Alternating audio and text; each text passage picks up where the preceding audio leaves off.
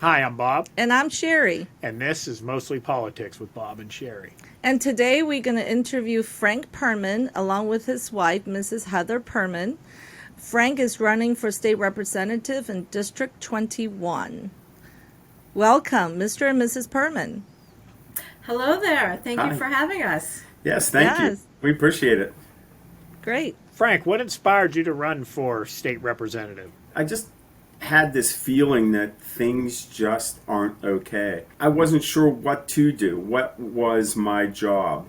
And then I was listening to a radio interview. Dan Bongino was talking to somebody, and he said, if you don't think something's right, what are you going to do about it? Are you going to shut up?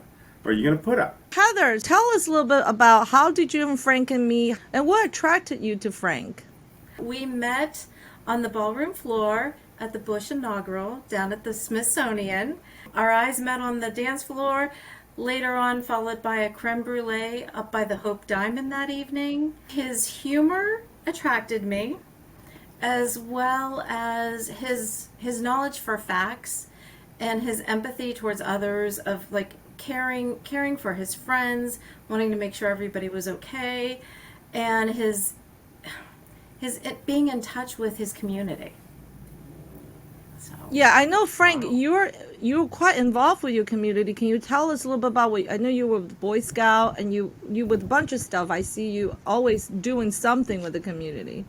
Yeah, I am involved with Boy Scouts of America. I'm also a Girl Scout volunteer, and I'm a member of the Kiwanis Club of Glenshaw. I'm a USA softball certified umpire. Not only was I a player, I also was a coach, and then I'm still umpiring the sport. Um, yeah, it just seems like I'm always involved in something. Frank, as you're campaigning, door knocking, meet and greets, talking to voters, what are the things that people seem to care about? Almost all of it's been economic. They've been talking about the two G's. It's not 5G, it's 2G, gas and groceries. And the thing that I've noticed is that people have a harder time distinguishing between federal issues and state issues. Some of the state issues that have been brought up have been about taxation. What do we do about education? How do we keep our community safe? How do we make sure our first responders are supported, whether it's the police, the fire, EMS? So that's kind of what I've heard the most. So is it crime an issue? Is that why they ask about first responders? Well, it's a very interesting district. I'm hearing different things in different parts of the district. Um, just to give you an idea, the district is Shaler Township, Etna, Millville, and Reserve Township, which is the Shaler School District.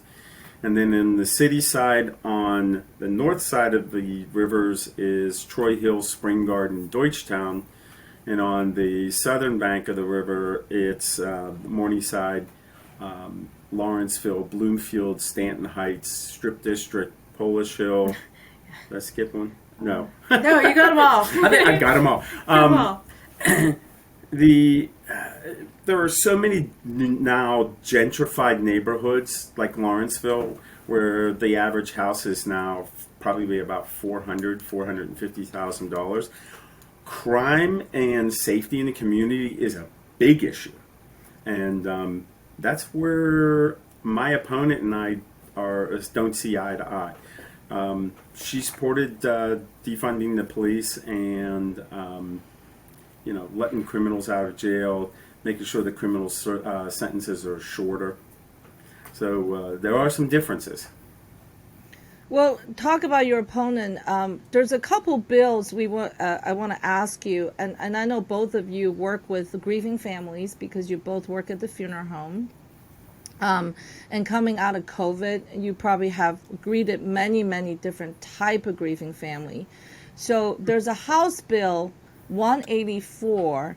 39 people voted no, and your opponent, Ms. Sarah Inamorado, was one of them. And the bill is to vote to a bill that increase penalties for individuals that assist minors or individuals with intellectual disabilities in committing suicide. Can you talk to us a little bit about that and tell the viewers, what it's like when you're dealing with grieving families, especially families that with children or disabled individual that committed suicide?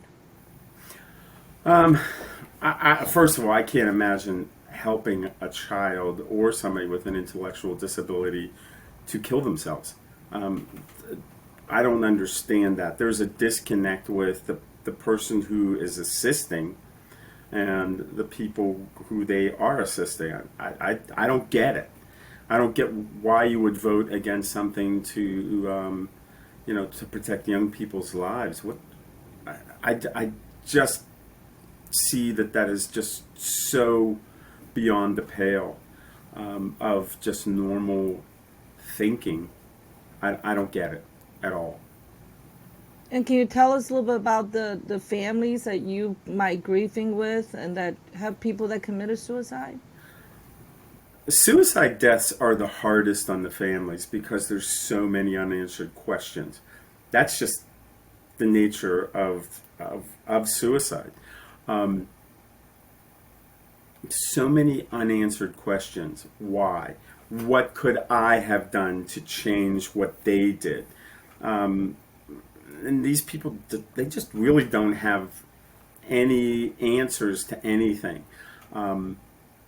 So getting to some sort of resolution of the death is difficult for these people.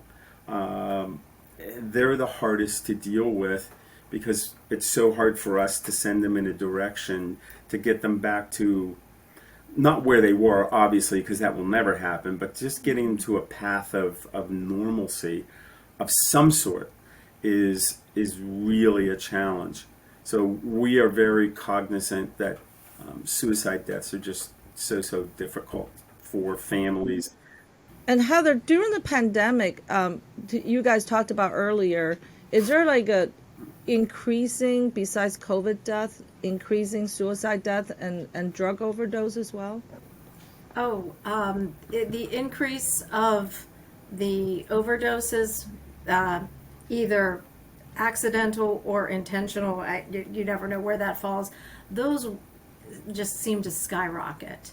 And these families that we're dealing with that, it not only made, like pre-COVID, there was the drug epidemic going on. So then we had COVID as well as the epidemic, and these families are just, they're heartbroken. And like Frank said, they will never gain that same normalcy that they had before.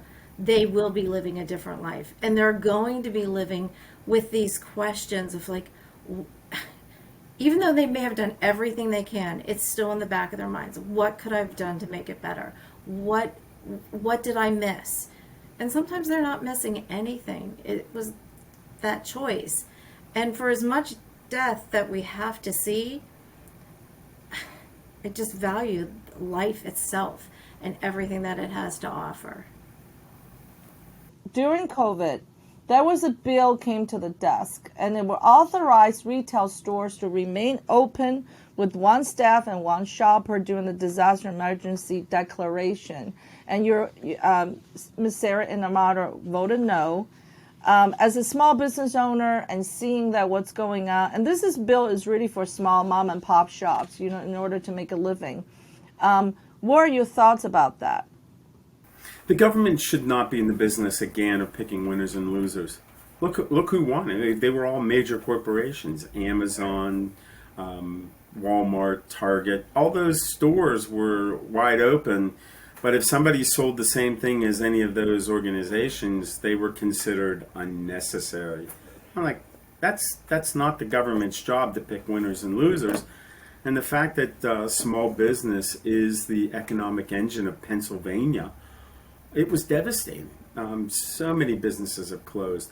Restaurants and retail places are they're gone.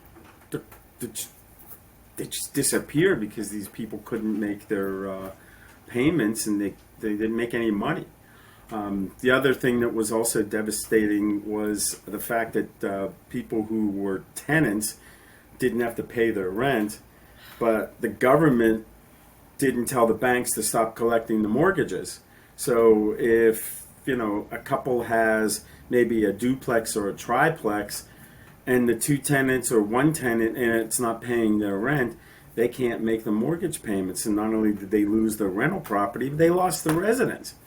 So it was just ridiculous with the type of power that the government was able to wield on the state basis. House Bill 975 was to prohibit sexual and elder abuse in senior care facilities. And from the summary we have here, it clearly protected, it didn't apply to family members, like if you had a spouse or, partner kind of thing. It was only geared towards prohibiting caregivers in institutions from abusing sexually or otherwise seniors under their care. And yeah, your opponent voted against that bill. It passed, but all of our parents are senior citizens, and thankfully our parents are not in a facility. I can't imagine if I was the child of somebody in a senior facility and found out that they had been abused or hurt or molested in any way.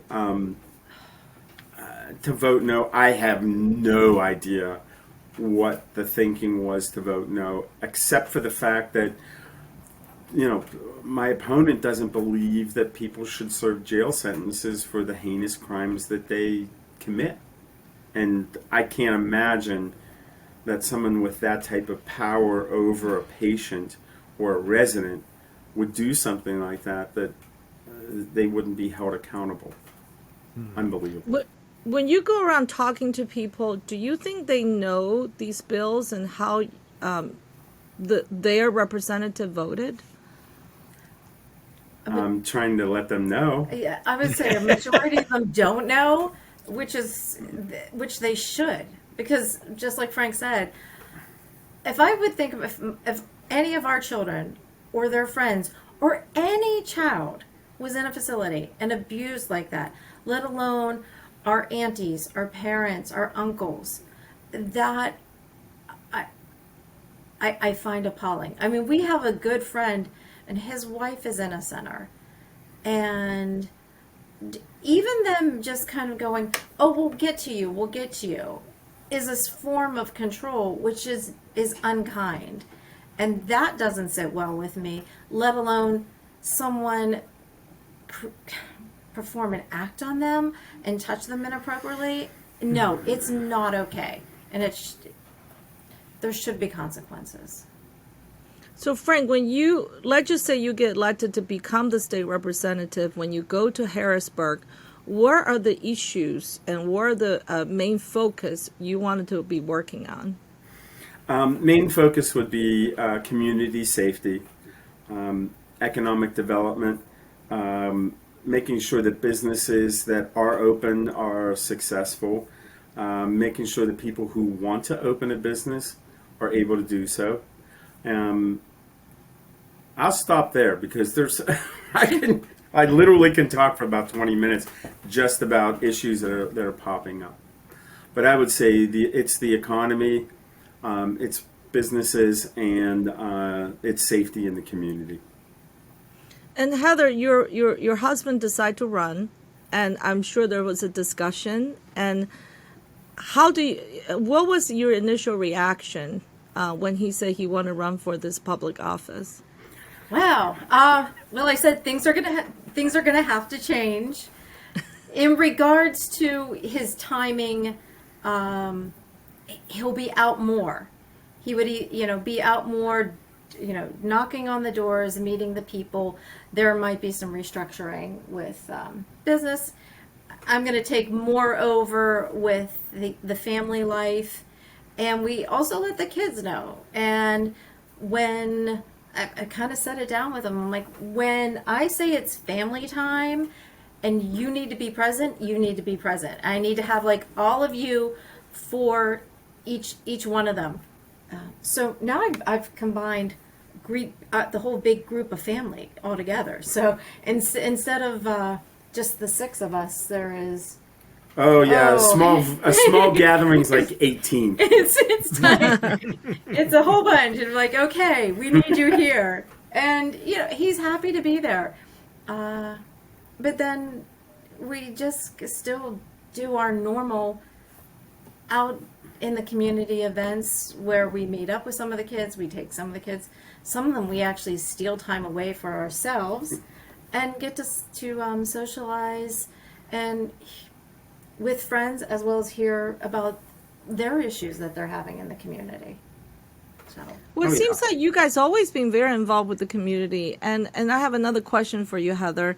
Oftentimes, I mean, Frank always tells me you're the smart one of the family, and you could have had amazing career, but you made a conscious choice to be a wife and a mom, and oftentimes today's society that's almost being looked down upon, and then on the other side they always looked at conservative women as being very submissive to their husband and not having their own opinions. So what do you say about that? What do I have to say? I have to say, don't underestimate a strong woman.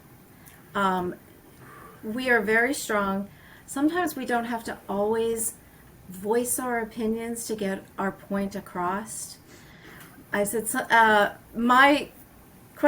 would always question me early on, why don't you talk about this? Why don't you? I go, silence can be golden. And there's a reason for it. And then other times I'll be like, oh no, that is not going to happen today. But I am very confident within myself. I like to be around like-minded people and individuals. And, at times I really enjoy them. Well, that's good. Yes. And regarding being a mother, in my life, I can be successful at work. I've had very successful positions in the past and continue. But the one that I am absolutely most proud of is raising kind humans. And to make the world a better place that are going to be our future change. When Frank said things just aren't right, we need to do something, I'm like, you know what? You're absolutely correct. Things need to change. We need to see what we can do. And this is a level we can start on. Because we still have young children to grow up, as well as someday there might be grandchildren. We already have grand dogs. So we've got to make it a better place for everybody. Okay. Frank, how's the campaign going? Any, good, bad? Any stories? Well, I'm going to tell you a story. I was knocking on doors in the 6th Ward of Lawrenceville, and some of the streets are very steep. We were on 39th Street, so I'll tell you exactly where we were. And it's like 25 steps up to the front door. So it's really steep. And I'm getting ready to climb up the steps, and there was a woman in a car, and she goes, "Whatever you're selling, I don't want." I said, "Well, I'm not selling anything. I'm running for office." And she goes, "You Republican or Democrat?" And I said, "I'm a Republican." She goes, "You're walking in the city." I said, "Yes, I am." And she goes, "Well, what are you going to do for me?" I said, "Well, what do you want me to do?" And she goes, "Nothing." I said, "Then I promise you, I will fulfill what you want me to do." And Heather was standing right there. She just had to walk away because she was laughing. I walked away. And the woman goes, "I like you. Why don't you give me what your paper is, and I'll take a look at it." I said, "That's all I want. Just give me an opportunity." So there have been stories like that throughout the entire campaign, and the response, especially in the city of Pittsburgh, the comment that I hear the most is, "I've never seen a candidate, much less a Republican." I give you a lot of credit for that. And I'm like, well, I'm out here to represent everybody. That's an interesting statement.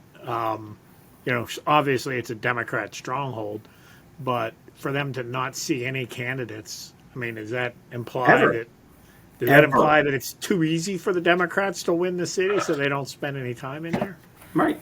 I think there's just the voters have been taken advantage of for years. I'm trying to be the first elected Republican in city wards and districts since 1930. It's Oh, been wow. 92 years since a Republican won in the city of Pittsburgh. So no negativity. Do you get a lot of, I hate you Republican guys. What are you doing here? No, which actually we talk about it. I Every said evening. I'm really Every surprised evening. that I haven't been thrown out of more pieces of property. Get off my steps, get off my porch. So Frank, if people want to help you, well, how do they get in touch with you, and what can they do to help your campaign? To get in touch, the campaign website is www.perman for FOR, the house, all spelled out, permanforthehouse.com. They can also call me.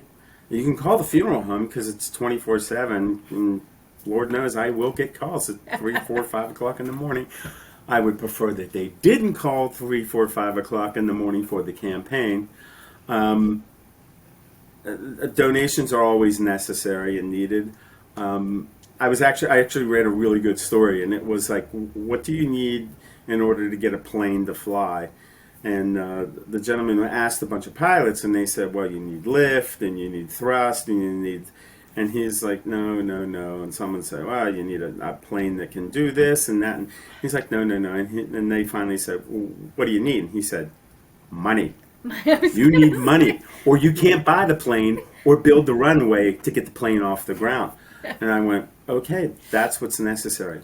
And look, there's enough differences between my opponent and I that if I can get this information into people's hands, whether it's a piece of mail or it's a telephone call or a postcard, that's going to be necessary. And people don't think about it. Postage, first class postage just went from 58 to 60 cents.